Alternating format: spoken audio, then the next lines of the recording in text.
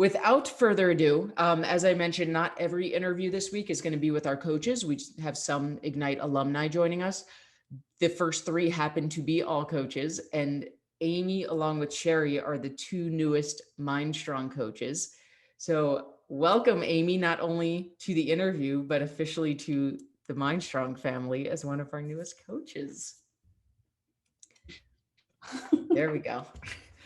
So I want to start off with a similar question to what I asked Sherry and Dory yesterday. I find this to be a fun game. When you think back, I mean, you've been in Ignite, I think we're coming up on the year mark, and 110 pounds lighter, like you can see. In fact, let me pause for a second before we do this. I want to show you guys before we take it away for Amy. So what I loved about Amy's progress is she kept the shirt that she took her first pictures in. And when she would send me pictures, and by the way, in Ignite, you do not have to send in pictures. This is purely how you learn best, how you hold accountability best. Amy did something super clever where she kept the same shirt and would send me progress pictures in that shirt. And I didn't put all the same ones on here, but if we did, you'd see it get looser. So these are just three of her many pictures. This was one of the first ones where we're like, holy crap, look what a different person you are. Then we got to hear, and it was like, Amy, you are not the same human. Like this is not the same person. And Amy's most recent ones, like, I mean, that's not the same person. Look at the energy in that jeans picture. Like that is a person who has stepped into her power, who just has energy out the wazoo. Just so freaking inspiring. Actually wearing the same shirt without meaning to, so that's fun. Yes. I promise, it's really me. Really Fun me. Bonus. Hey, Dory's here.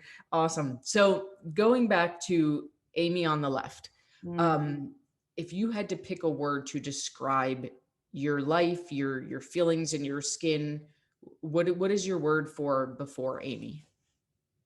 I think not without irony, since I'm clearly physically not in that picture, is small. That's the word that comes to mind. I think when I look at the two pictures that you showed, one is from graduation a year ago, so I'm a professor, and I had been avoiding pictures, mirrors, all of that, and I couldn't because, it's graduation, you have to be visible.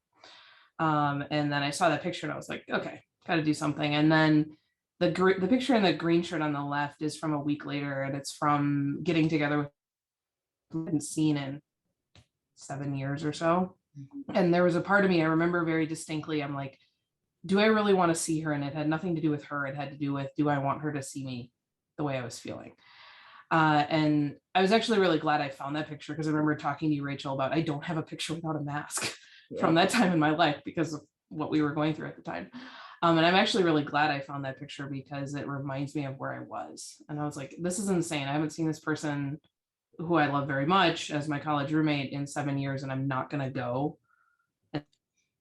And so that was the kick that I needed, I think. Yeah.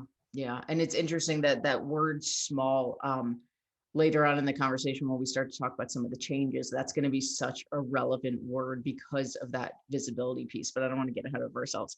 So you saw the pictures, you decided you had to make a change. When you looked at the journey ahead, right? Some people come to us, they have like 5 stubborn pounds to lose. Some people just want a better relationship with food. When you have a longer journey like that ahead, what 3 to 5 words, like what words come to mind when you're standing at point A, thinking about whatever point Z was, and looking at that longer journey? What kind of words come to mind to describe that?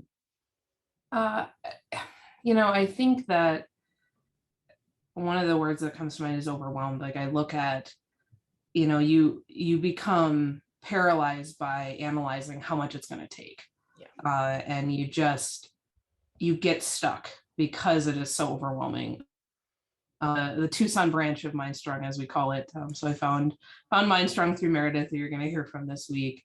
And I knew it worked for her. It wasn't like, I didn't know Rachel, but I knew it had worked for someone that I knew. And it still took me 2 years from the time I first heard about MindStrong to actually leap into it because of that paralysis. So I was like, okay, that's great. I'm so happy for the people it's worked for, but I don't see me in them. And that's just not in the cards for me. Yeah. And do you think that overwhelm was more of just how much there was to lose from that point, or was it what your idea of dieting was? Like, I'm going to have to give up everything I love, or was it a combination of both? I think it was a combination of both, because when I finally got to the point last year when I joined, the amount of weight I have to lose, and I'm still working on it, it's a lot. I mean, basically, having myself. So that was overwhelming, right? Like, to think about how long that journey is going to be, right? It took a while to put it on. It's going to take much longer if I'm doing everything quote unquote correctly. I think the other part of that, because we've been conditioned to think that perfectionism is the way to do this, and because I had so much weight to lose, I'm like, oh my God, I'm going to have to be perfect forever to see any results. And so that was also overwhelming about, okay, I can't enjoy the things I want to enjoy. Like, there's just no way for me to do that and still meet my goals. So as a recovering perfectionist, that was one of the hardest parts about it. And I'm sure when it's like, you realize that's the point, right? To no longer be a perfectionist, and that's a thing to celebrate. So we're still working on that. And for those of you who are new to Kickstart, in Ignite, we talk a lot. Amy's specifically using the term recovering perfectionist because that perfectionism is something that we talk a lot about inside Ignite, because it's one of the biggest things that hold us back. Perfectionism is fear-based, and we're not going to get into the whole the whole workshop on perfectionism here, but it's based in fear. It's based in judgment. And we are in an industry that has brainwashed us to believe this is so all in, all out, that fear, just like Amy's so beautifully describing, that fear of, if I don't do this perfectly, I'm wasting my time, or I'm not going to see results. You're never going to start if that's your mind frame, because you're never going to do it perfectly. I don't do it perfectly. Arnold Schwarzenegger doesn't do it perfectly. Amy doesn't do it perfectly. And she lost 110 pounds in under a year not doing it perfectly, because that is how you get results, by not doing it perfectly, right? Perfect leads to burnout, which leads to unsustainable. Dory says, you are such a rock star. Sarah says, hi, Amy, you're amazing. Sherry is here. Jenny says, yes, progress, not perfection. Yes. So let's dive in with the actual journey. When you started, as far as I know, you haven't set foot in the gym in this whole journey, right? It's been nutrition first, then home workouts. Is that accurate? Yeah. So I'm in healthcare. So I have not been in a gym in 3.5 years. That is accurate. When I first started, I remember very clearly doing the workouts, and being like, okay, this is going to take a while. And so I remember starting with the home workouts, and I had teeny tiny weights, and we talk about like low weight, high reps in here, but I was like, low weight, the reps that are talked about. And so just starting and trying to do, as you talk about, Rachel, the bare minimum. It was like, okay, like, that you want to try this out, so let's see how that goes. And just trying to, I remember also talking to you a lot about, well, if I'm a morning workout person, if it doesn't, just the day is lost. And I remember the first time I boxered you, and I was like, I worked out at night and the world didn't end, and here we are, and no problem. And so getting more comfortable with that flexibility, where it's like, okay, I have to be at work early today, we'll just get it in later, and trying to be less regimented, I think, about how I was approaching my health, I think was a big part of how I made that daily progress. Yeah. Yeah. And that is, Amy and I always laugh looking back on that, because one of the things we talk about a lot in Ignite is, and we touched on a bit in Kickstart, is, as humans, we set these arbitrary rules, right? Like, I am a person who works out in the morning. I am a person who works out at night. And at some point you step back and say, why? Like, that's just the thing I decided. And it starts to build that trust in yourself to say, you know what? I'm not going to get my morning workout in today. So maybe I'm going to work out at night. Maybe, God forbid, I'm going to skip a workout, right? And we build that trust when we get right back to it. So we got the workout part done. We're dialing in the nutrition. What we talked about, how, you knew this worked. You saw Meredith's results. She lost 35 pounds. She kept it off at this point, 3 years and counting. But there is this fear of giving up the things you love, right? I'm going to have to put horse blinders on. I'm going to have to eat nothing but grilled chicken and rice, no going out. what did the journey actually look like? Why was this the thing that was actually sustainable? It's interesting. I was thinking as I was getting ready for this, I am from the Midwest originally. So I am the quintessential, stereotypical meat, potatoes. I'm from Wisconsin, cheese, beer. Yeah. And I was like, how do you function and not like, get back to food where it's an enjoyment and not a chore?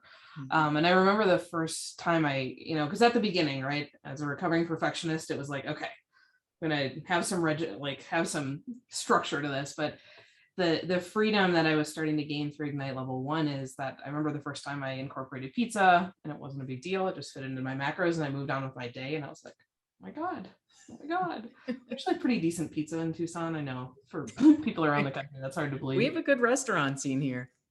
We do. Yeah. And so I remember starting to be able to incorporate those things and, being able to go out to eat and have it not be a big deal.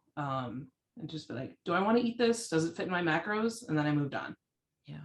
And so being able to have that flexibility, I think, was a huge part of why I was able to be successful and why I was able to sustain it. Yeah, yeah, and I think that's huge. Especially when there's a longer journey. If you're going at this from a diet culture point of view of like I am going to eat clean and be perfect and not miss a workout.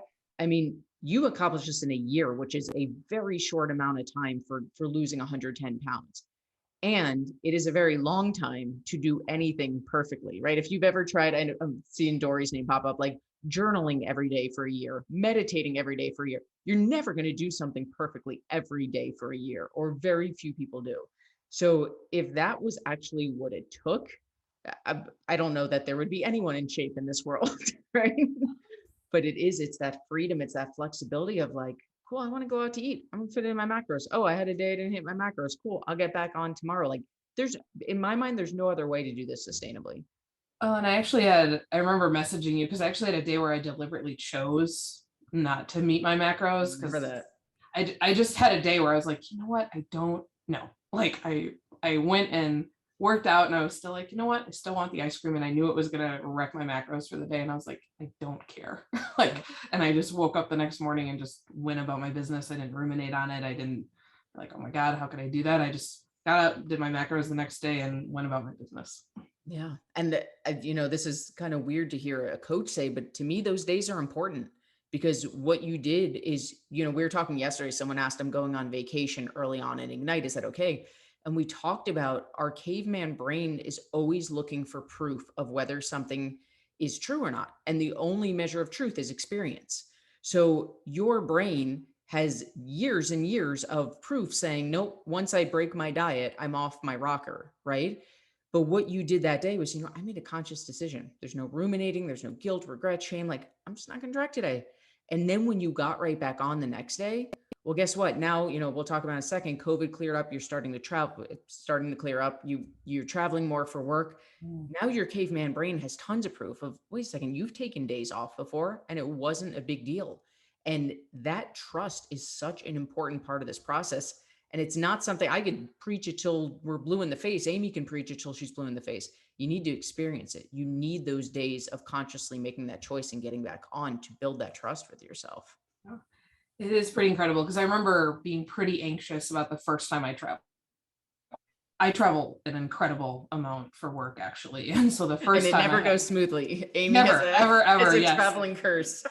If you follow my personal page, there's always some fun story about my travels. But I remember the first time I had to travel once I had started Ignite. And I remember talking to you a lot about it because I was like, okay, as someone who likes to control things, I was like, here are the things I know I can control, and here are the things I know I can't.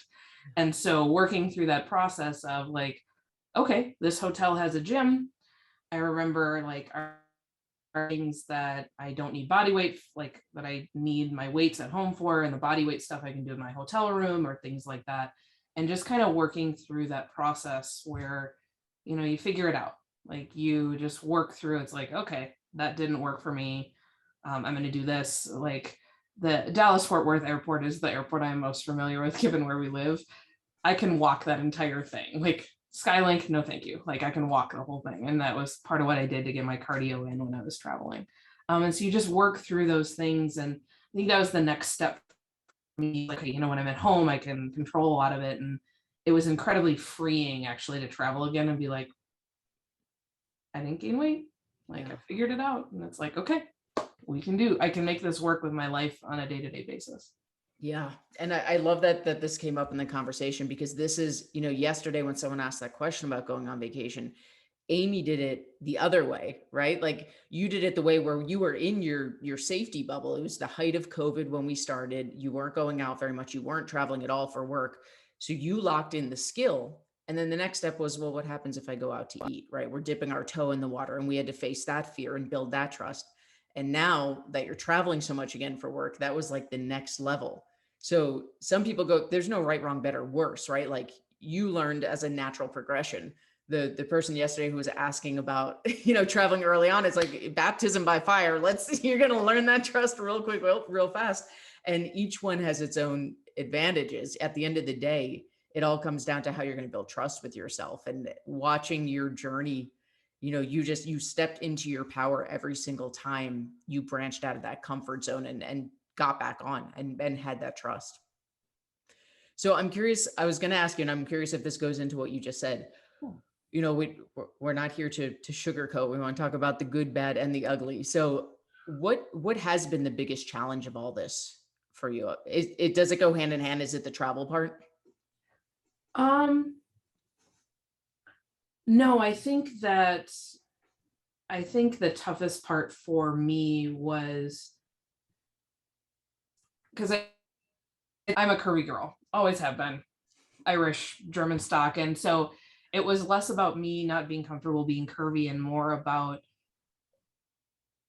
getting to a place where mentally I was realizing that I was using food as a coping mechanism for what had happened during the pandemic, what had happened in some previous relationships. And that was an incredible thing to have to confront, because I think, no one needs to be told there's probably other stuff going on, but whether you're ready to acknowledge it or not, I wasn't, at least until and so I think that for me, as someone who has a science background, the numbers, the macros, that made sense to me. I was like, ooh, math and science, great. Bring on the nerd fest.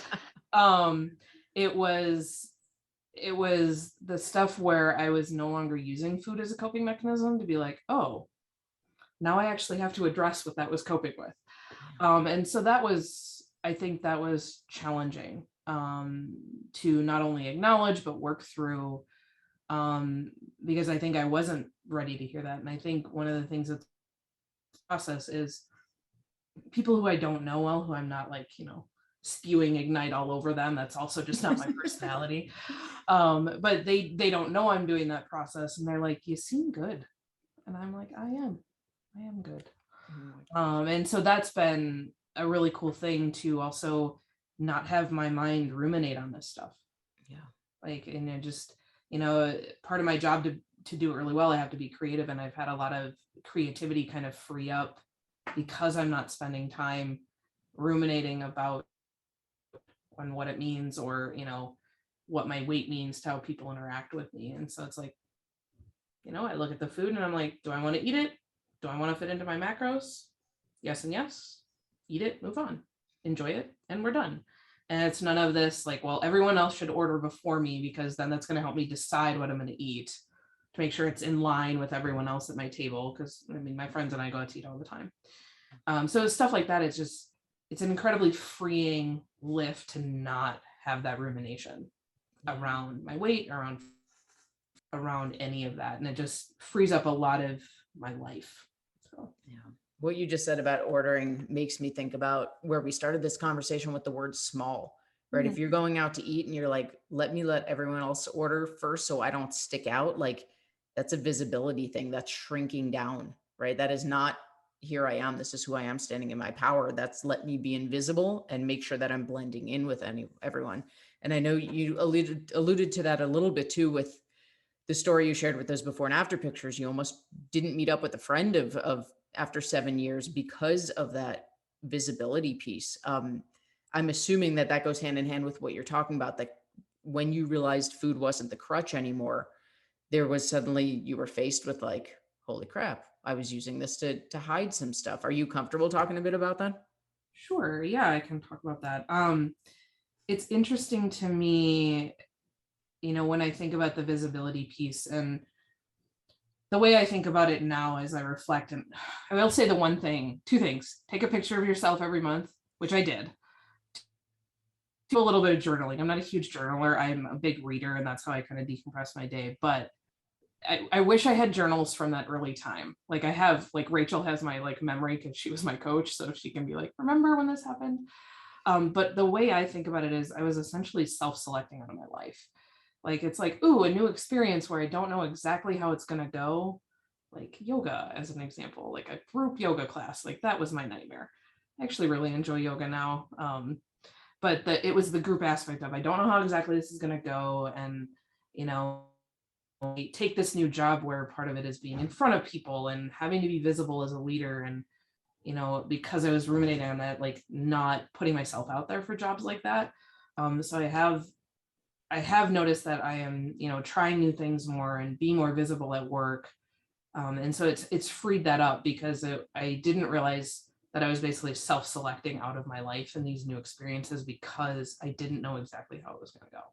Yeah. Yeah. And I think the combination of the two things you just said, right? We've talked about in every interview so far that energy can't be destroyed. Science shows us that energy just changes shape. So suddenly when there's no rumination of should I eat it? Should I wait for others to order? Whatever it is, that energy has to go somewhere else. And of course, people that don't even know you are coming up to you and being like, you seem happy, you seem good, because that energy is coming out of you. And then you couple that with this shrinking, this fear of visibility. When that goes away, like Amy's being humble about it, she's got a huge promotion at work. Like that is a big freaking deal. And it's a promotion that our conversation, like to give you some behind the scenes, she flat out said to me, I don't think I would have even considered this a year ago because of that visibility piece.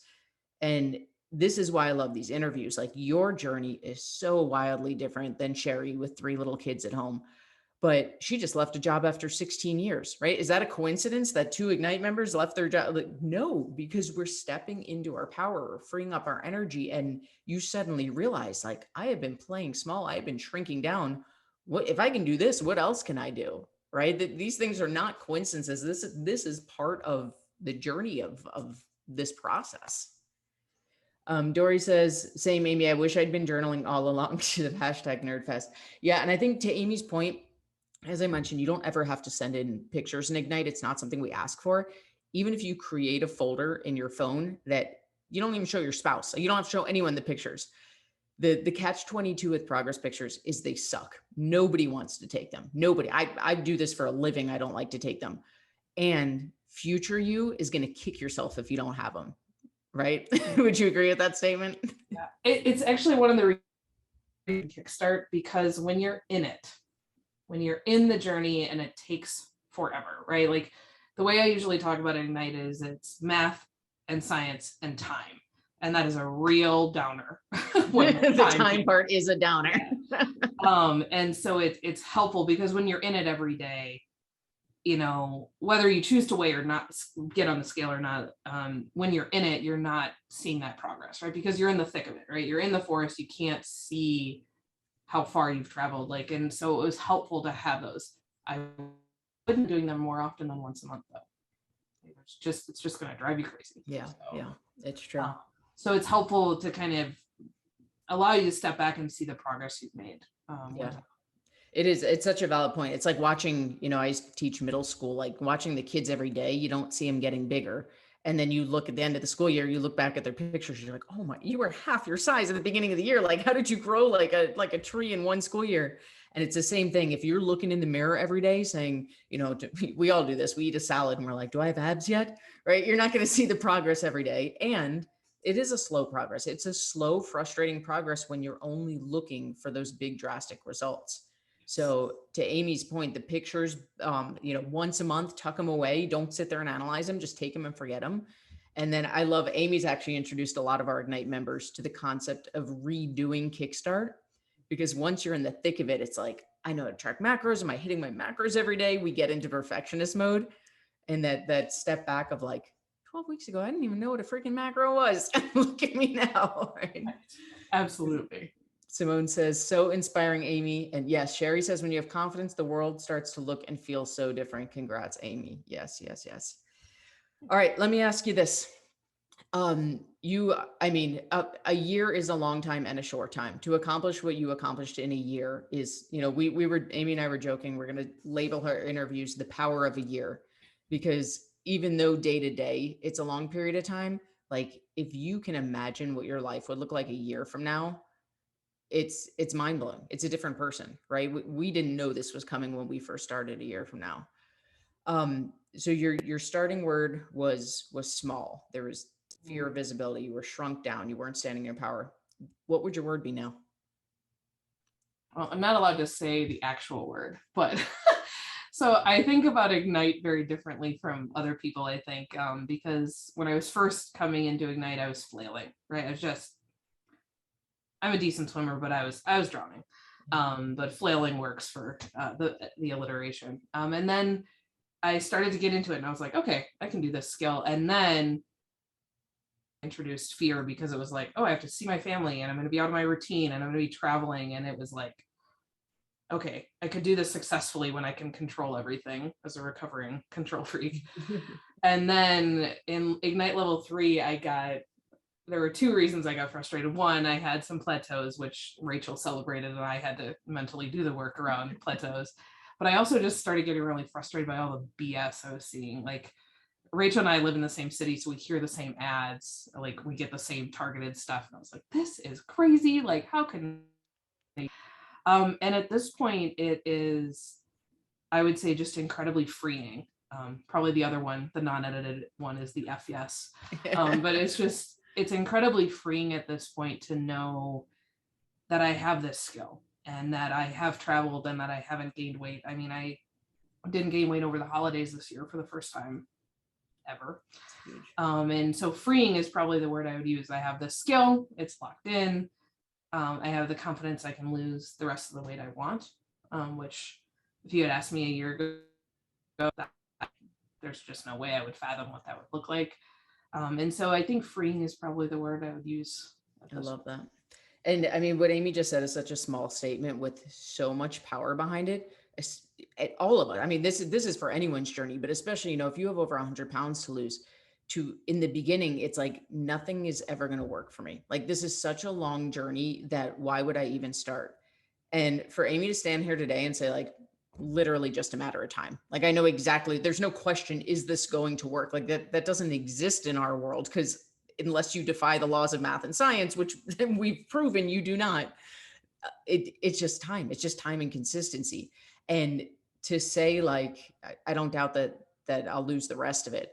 That's such a little off the cuff sentence, which so much power behind it, because when in all of our lives have we had that confidence of like, yeah, like there's no question. It's just time and consistency at this point.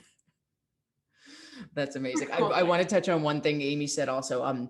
You guys, if you join Ignite and you hit a plateau, you're going to hate it, right? Plateaus are the most frustrating thing in the world. Your coaches are going to celebrate it and then we're going to fix it. But we celebrate it because in the beginning, and this is true actually, especially if you have a large amount of weight to lose, your body tends to lose faster in the beginning when it's getting consistency, because it's like, oh, this is brand new. This is what I've been wanting this whole time, right? Let me do all the steps to get healthy. At some point, because our bodies are such creatures of adaptation, it just becomes who you are and what you do. So what Amy's body was actually telling us was like, yeah, it's not a big deal that I hit my macros every day and I work out. This is just who I am and what I do. So when she Voxered me and she's like, I hit a plateau, this is so frustrating, I'm like, hell yes.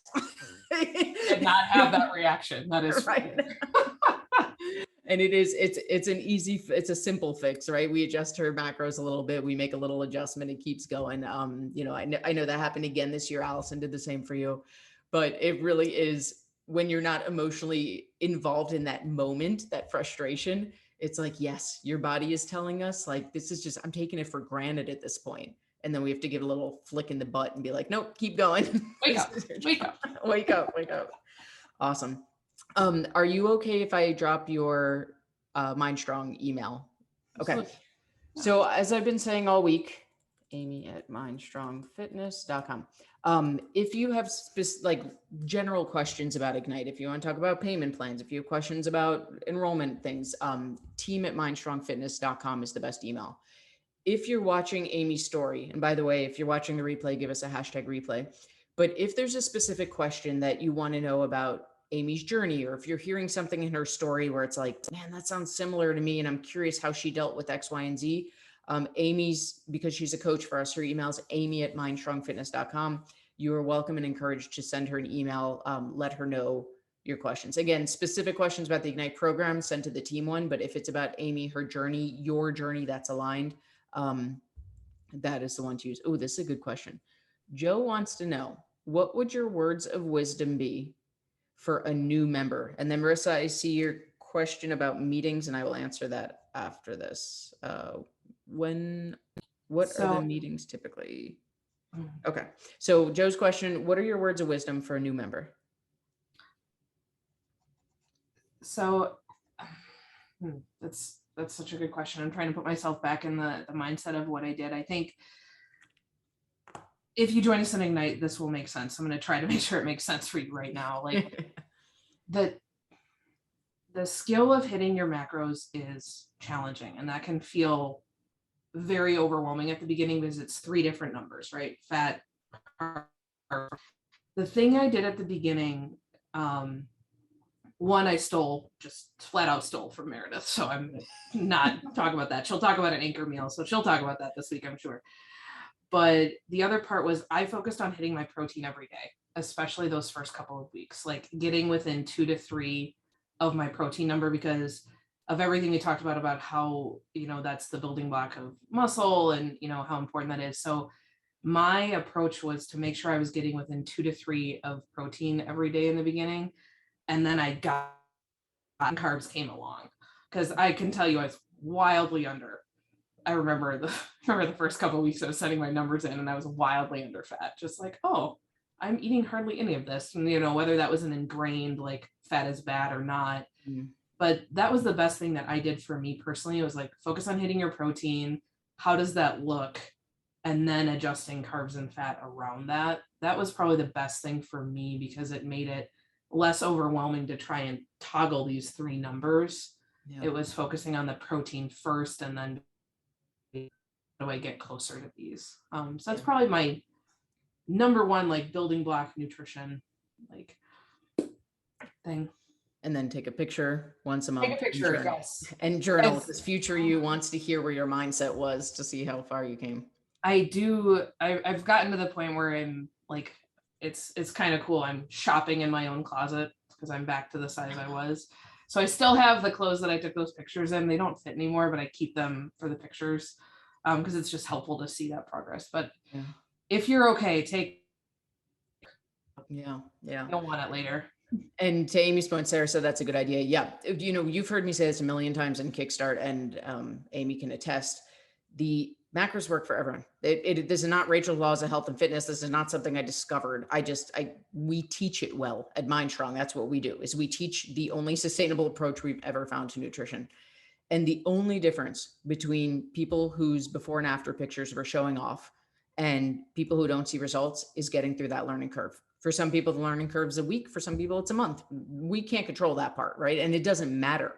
Like, I used to teach middle school music. Some kids by day 2 were making a sound on their instrument. For some kids by month 2, they weren't. I was the kid that it was month 2, right? And I consider myself a fairly fast learner. Music did not come naturally to me. Didn't matter. I went on to become a professional musician. It's the same thing here. If you lock in macros in a week, cool. Maybe you get results a little faster. If it takes you a month, cool. Sometimes I find the people that struggle to learn a skill stay with it more because they appreciate it more.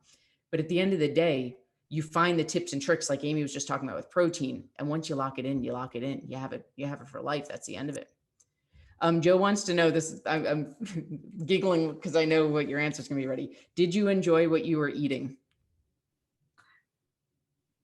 During the process, like over the past year, I'm assuming is what I would assume so. I assume means like as you're losing 110 pounds, did you enjoy what you're eating?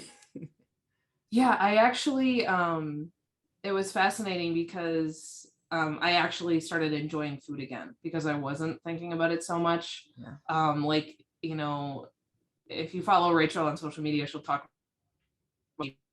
to like finish out her macros every day. Like, so it's this random stuff. So like I got to like enjoy chocolate again, and it wasn't this big thing. Like, and I could fit it into my macros.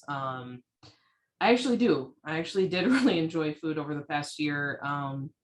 And I also, as I started to get more comfortable, I started exploring new foods that I maybe hadn't. Like, oh, I don't know if I like that, or I don't know if it's going to fit in. And I tend to be a person who's like, oh, you tell me not to do something, I'm going to go right at it. Yep. I kind of did that with the scale because, you know, before, like I do now, I was like, I don't know. I need it. And so I was like, just dive right into it. So I would, you know, try to fit these things in and be like, okay, they say we can do this with a donut. Like, what does that look like? And I would just kind of go right at it. So I would say, yes, I do. I still went out to eat. I'm not a great cook. I would call a very functional cook. It's certainly not a skill I've been blessed with. But I do really enjoy food and the camaraderie around food because I'm not so much in my own head. Yeah. Yeah. And I love that last statement because, as you know, Sherry was talking yesterday about that now all her activities with her family isn't based around food. And when it is, we can actually relax and enjoy it. When you strip away that shame, guilt, regret, shrinking down, waiting for it, like, we can just go out to eat and be present and do all the things that going out to eat is supposed to symbolize without all the crap piled up on top of it. Sherry says, you're amazing, Amy. Unbelievable. You are proof this is totally doable. Yes. So Joe, yeah, I think that's, I don't know if you want to expand on this. Joe said, and you stress less now about what you eat than previously. Yeah, I spend very little time on it because of my job. I spend, I would say maybe an hour on Sunday thinking about my week because I do quite a bit of pre-planning during the week because of my job, because that just works for me. But an hour a week versus feeling guilt about what I ate like all the next day, it's totally worth it to me. And there's just so much less stress around. And to be clear, Amy is the biggest planner I've ever met in my life. So when she says an hour a week, like that is not a requirement. But Amy, yes. You know, Amy comes to the interviews with notes. She comes to our team meeting with notes. Like that is Amy being. Yeah, that's me and my personality. That's not, you need to do this to be successful in Ignite. That's how she sets herself up for success. There are definitely people who are like, just, you know, take a few seconds before the meal and put it in, and that works for them. I tend to be a planner in all areas of my life, so it bled into my success with Ignite as well. Yeah, it's so funny because Amy found me through my best friend Meredith, who you guys are going to hear from in this series. And Amy and Meredith are so aligned like that. They're both like huge strategy planners. I am not. The only thing I plan about is my business. Like I have 3 calendars that's planned out. Other than that, it's like, what do I want to eat right now? like I refuse to devote any more time to this than I have to. And I love that we're all friends despite that personality difference. Somebody, I just missed the comment. Oh, I think it was Marissa said, I have over 100 pounds to lose. It's overwhelming. Marissa, I sincerely hope that this is giving you hope, giving you promise that it is doable. Jenny says you can do it. I've lost 110 pounds myself. Yes. Kathleen says 1 step at a time. Don't forget to breathe. And Joe is a planner. It is really hard to be. So Marissa, I feel that a lot because it is really hard to be maybe the larger person in your friend group or the person who you feel like has a lot of weight to lose. Cause I definitely identify with that. We're being like, you know, like I am the larger friend in our friend group. I've always been curvy. I love that about me. I'm never not going to be, but to feel like you're not, like you have that longer journey. And then you see people who are like, well, I need to lose about 10 pounds. And hey, if that is you, kudos. Like you are here, you are doing the work, and I'm so happy for you. But it is really hard when you're in it to not be like, you suck. Like you only have that much to lose. Like it is like, cool. That's, I mean, great. But you definitely have that push pull of, you know, wanting to be supportive and being like, hey, that's your journey. That's great for you. And I'm so happy to you look like me. And none of you have a journey that is my journey. And that's really hard. That is hard to put your faith in people. That's hard to feel like you have a place in this journey because it's like, hey, like okay, I haven't seen anyone who looks like me do this. And so I feel that it is challenging, and like that amount. I will say probably the other thing for me specifically that I really focused on is I had the scale as data, but all of my metrics for meetings with Rachel were about non-scale victories. Like, I don't want to have heartburn anymore. I don't like all these things that have nothing to do with numbers, because those are going to get better faster than the number. And that number will come, but never as fast as you want it, ever, ever. And so for me, it was a conscious decision to have the data of the scale, but none of my goals, especially in Ignite level 1, were related to numbers. It was all about like, are my clothes fitting better? Do I need an extender on the airplane seatbelt? Like, do not like things like that, that made it, that were really helpful when you have that amount of weight to lose.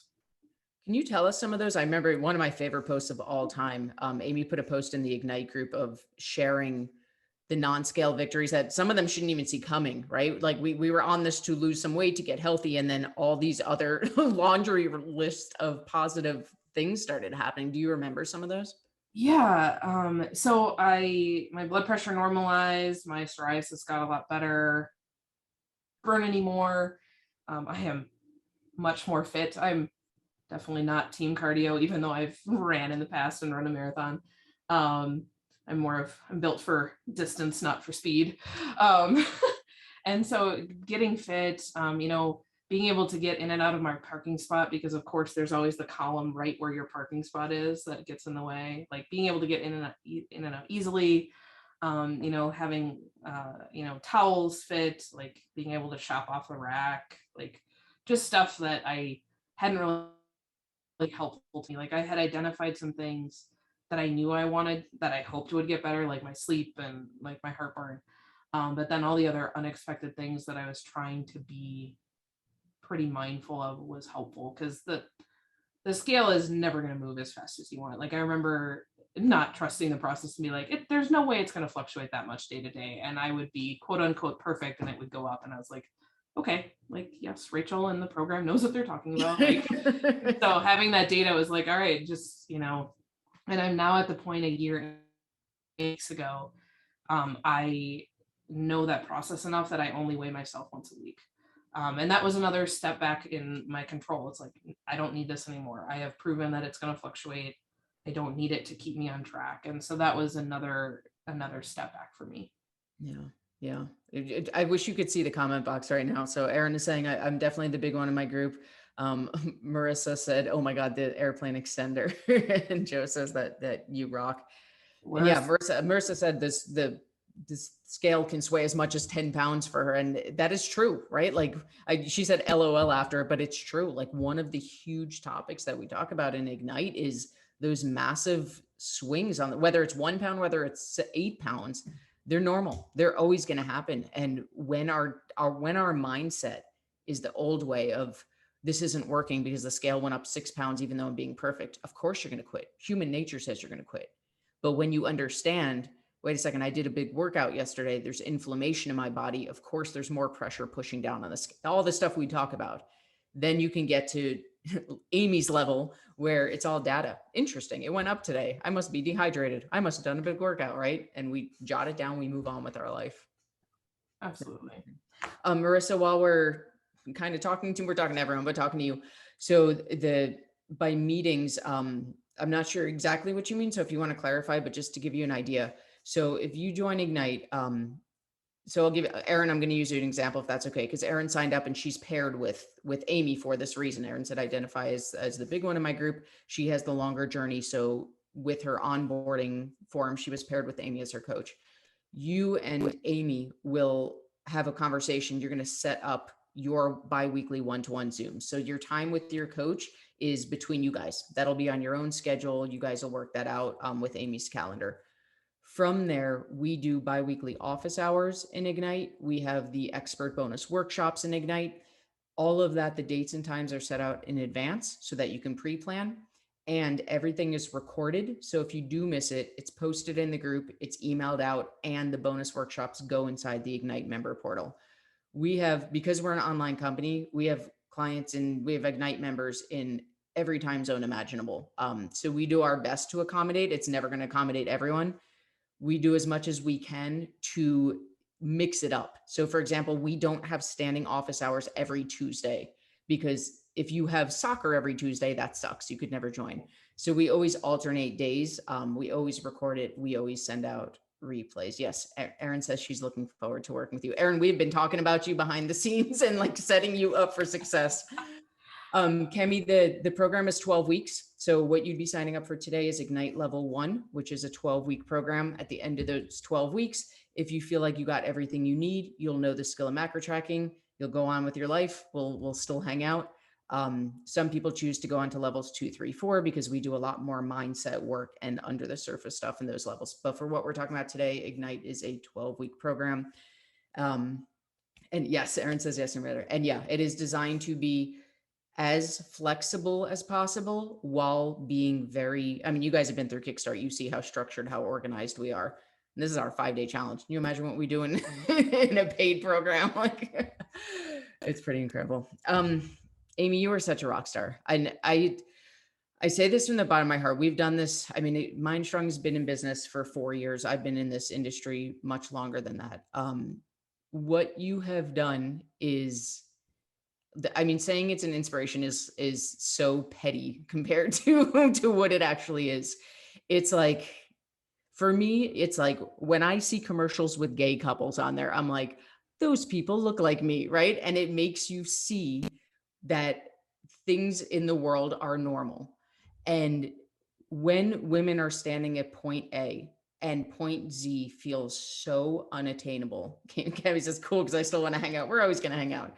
When point Z feels so unattainable, as humans, you know, we can pep talk ourselves all day long, but we need to see proof, right? There's such a cliche in the self-help world about the guy who broke the 5-minute mile. Like once one person did it, I think 25 people did it that year, because we needed to see it's possible. And you are such a living, breathing example. Not only that you can lose the weight, right? There have been other people that lost this amount of weight.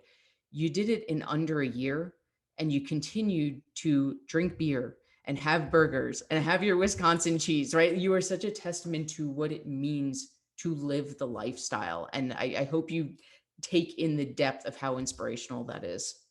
Appreciate that. It's one of those things where I'll be very honest. It took me a long time to join Ignite, because my personality in general tends to be, which seems probably weird for a coach, but I'm just like, give me the stuff. Like, tell me what works. I don't need you in my face.